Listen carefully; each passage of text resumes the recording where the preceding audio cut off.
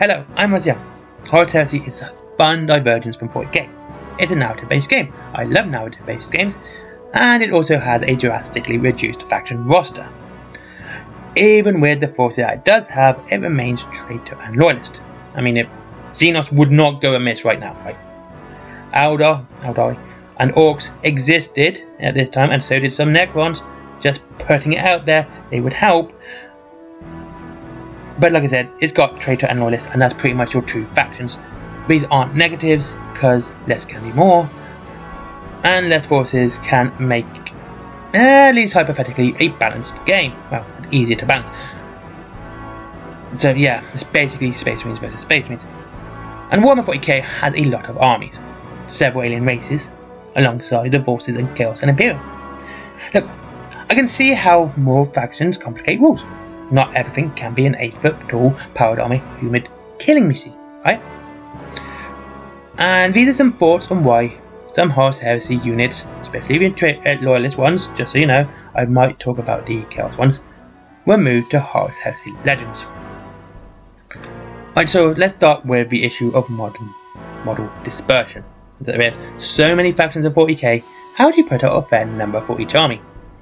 Space Marines has over 200 units to choose from, right? 200, like, it says 226, but that includes index cards, dice. So I'll go about 200, counted that, before I fell asleep. And that's if you include every available chapter choice too, you know, Ultramarines, Blood Angels, Dark Angels, Black Templars, Death Watch, etc. Right? Putting them all together in a big pile, say, look, there, 226 is the number you'll get, right? The armies of Chaos, including all the legions, yeah, you'll get 150, just over. I think it's 156. And these are the two factions that caused the entire 40k setting to exist. The bad guys have around 25% less than good guys. In this range of speaking, right, like, I know there's no good guys in 40k, there are good guys in 40k, don't know why people say that nonsense. It's all about perspective. Who do you want defending you? The Orcs, who like to eat humans, or the Space Marines that like to eat the bad humans. Anyway, this is kind of favoritism, and kind of shows that Games Workshop really wants you to buy Space Marines. And this raises the question, why drop the Horus Heresy tanks into Legends? Right. Now, with the release of 10th, the Kratos, Sicarian, Relic Contemptor, Dreadnoughts, and others were taken out of competitive play. This is competitive play, tournament play, right? And well, this doesn't really concern me that much because I got my data sheets now, I can use my army, as I can kind of see why it kind of doesn't, yeah, like I said, it doesn't really concern me, but for tournament players I can understand why this seems to be a bit silly. Look, first thing you could say is that, yeah, they're overpowered and hard to balance. I don't know why, but you know, they could be, because that could be an excuse, but they're overpowered and hard to balance. The Kratos, with complete Vulcan weaponry, could in theory cause 39 mortal wounds in a turn. 39, right? That's a lot of mortal wounds, and a Warhound Titan has 40. So, in theory, two Kratos tanks could, costing £140, let's talk financially speaking here, could kill a Warhound Titan costing 550 in a turn. I can see why that might actually upset someone. I got the Warhound Titan. Yeah, you well done, you got a big model. Congratulations, you spent a month's rent on a model. Well done. I didn't spend a month's rent, but I just tabled you. Congratulations, and that was just a small part of my army. I bet you feel big about yourself now.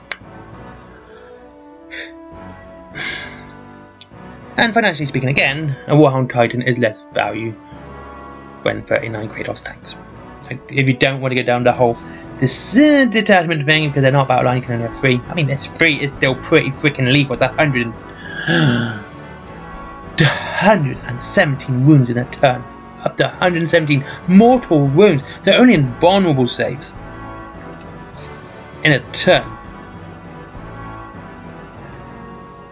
It's going...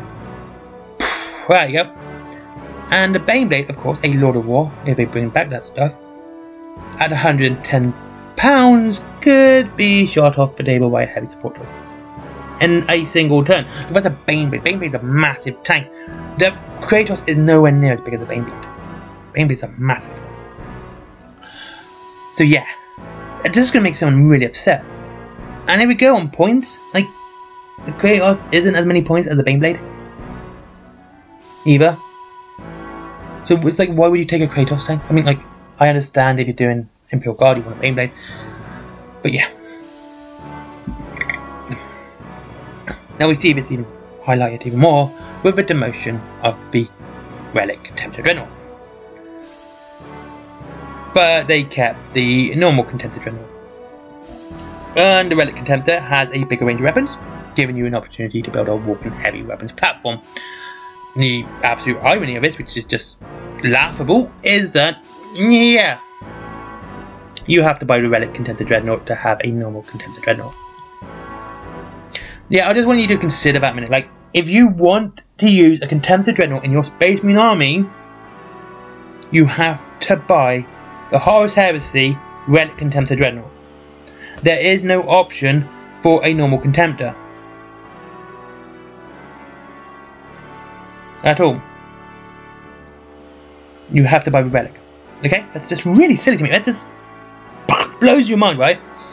They remove the one you have to buy to use the normal one. I mean, they could have just literally went, yeah, we just have a Contemptor Dreadnought, like we've done with Terminators. Relic Terminators are just Terminators now. Contemptor Dreadnoughts are just Contemptor Dreadnoughts. But no, they didn't. Because, again, you have some insane weapons. Volkite giving you up to 8 mortal wounds in a turn. And it's even easier for them because you get to re-roll it, because they're twin-linked. Last Cannon's twin-linked, again, even more powerful. And the missile launcher on the head. Right, so you can have an anti-tank with some anti-infantry, or you can make a walking punching box. It's just going to walk through things and just kill everything, right? Among others, so buying a Contemptor, you have to make the choice: are you going to use it in heresy or 40k? And the Contemptor is not not that overpriced, considering we're talking about 40 Games Workshop here. If you ignore that's in the Age of Darkness box as well. Talking about Age of Darkness box, there's the Spartan Land Raider, and this one I just can't get my head around either. Like, with a Contemptor Dreadnought, you still can use it, kind of. I mean, you've got a severely nerfed version without ranged weapons. You can use the Assault and the Melter. But the Spartan is not the Cerberus, by the way. The Spartan, the run-of-the-mill Spartan.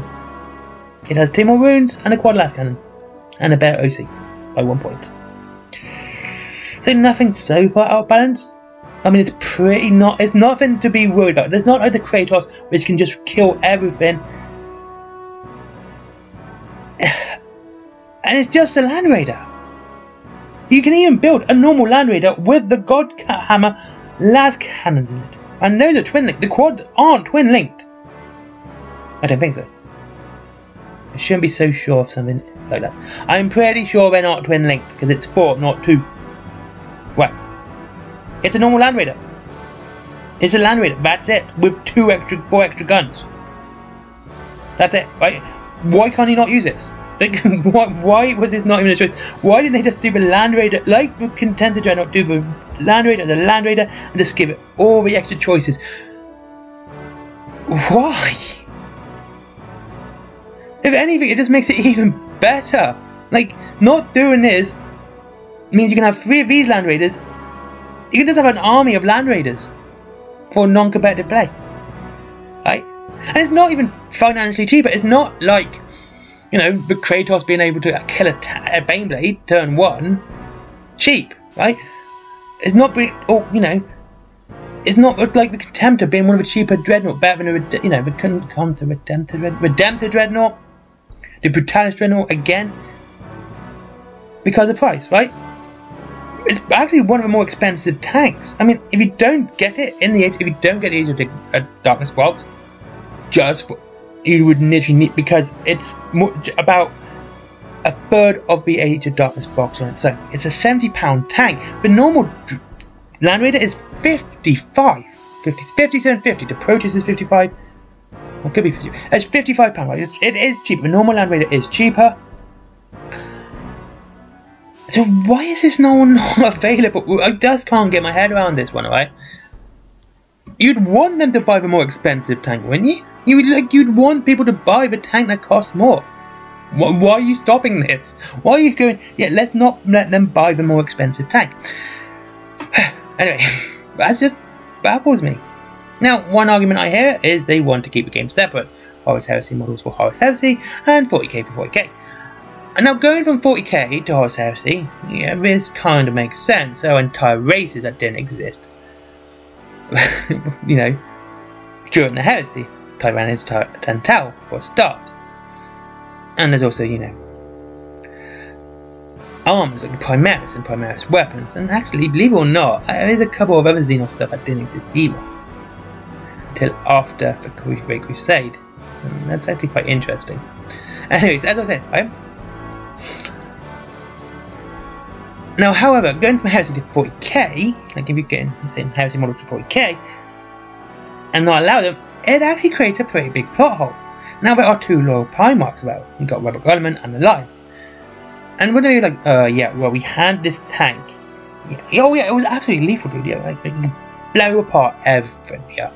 But no, a Baneblade. It was smaller than a Baneblade. Yeah, but the big, like, it was not small. It was twice the size. Wasn't as small as a Bane. It was smaller than a Baneblade. But yeah, Baneblade. Nothing on this guy, right?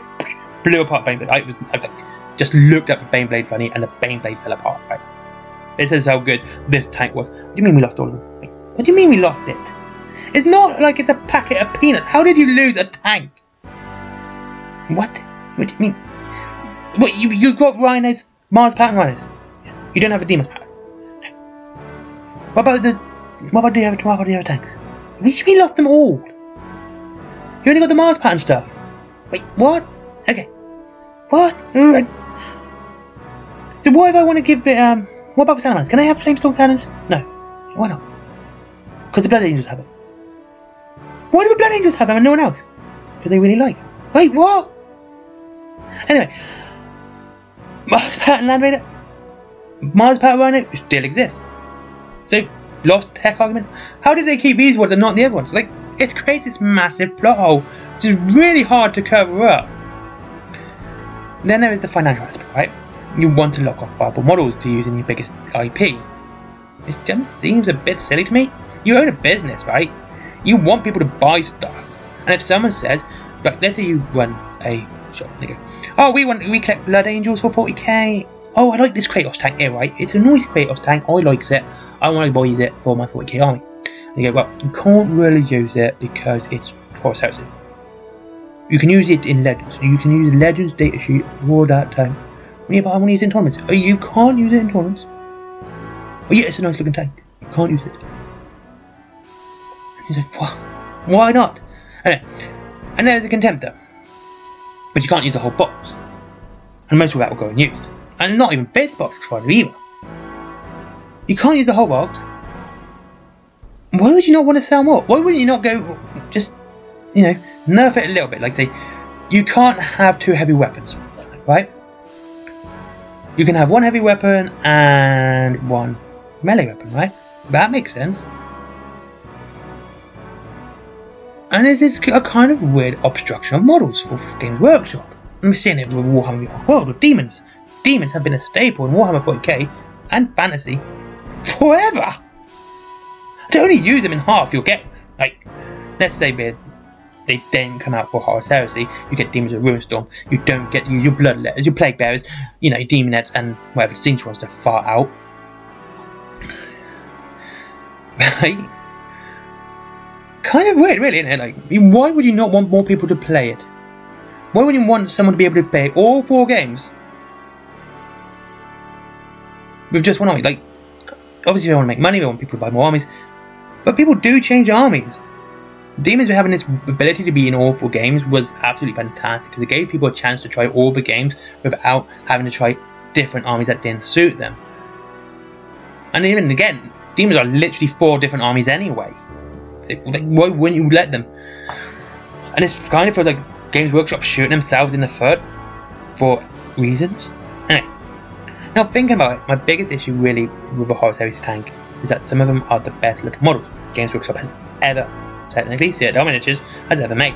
Compare the two Vindicators, right? The Mars pattern, Demos pattern. The Demos pattern is a far better looking tank. It doesn't have that loading device on it, which is just a weird addition because it doesn't even show you where it's going. It's just like a big dangling shower at the back. What it's going to do, you just get to spin and it hits everyone like an anchor swordtail. And you blow up your own tank. Okay, weird. And it doesn't have the big doze up, which you can't see through. It has a nice little one. It's nice and titty. It does the job. Sizing everything, ladies. Okay. Okay, looks are subjective. Mars pattern screams box with a big gun. Demos just looks dystopian future. Don't get me wrong. I'll probably buy both because I love a good variety in my armies. The Demos editor doesn't even get a datasheet. This is a crime. For most of the guns at least. Again, blames Firestorm. That is a Blood Angel tank. Again, why don't the Salamanders have that?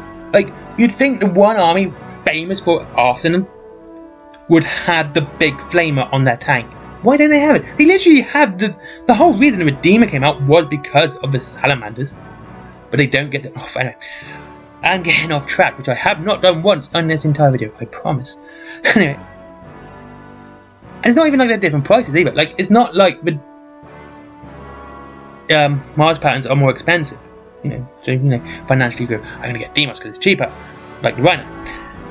It doesn't even work that way. Like, why wouldn't you not do this? Anyway, that's it. These are my thoughts for today, right? I just make really random, really long video. Wow. Didn't realise I went 60 this long. And this is just weird. Like, what are your thoughts about this? Like, I really want to hear your thoughts on this one. Okay? And there you go. Thank you very much for watching. If you made it to this mark so far, leave a comment what you think down below.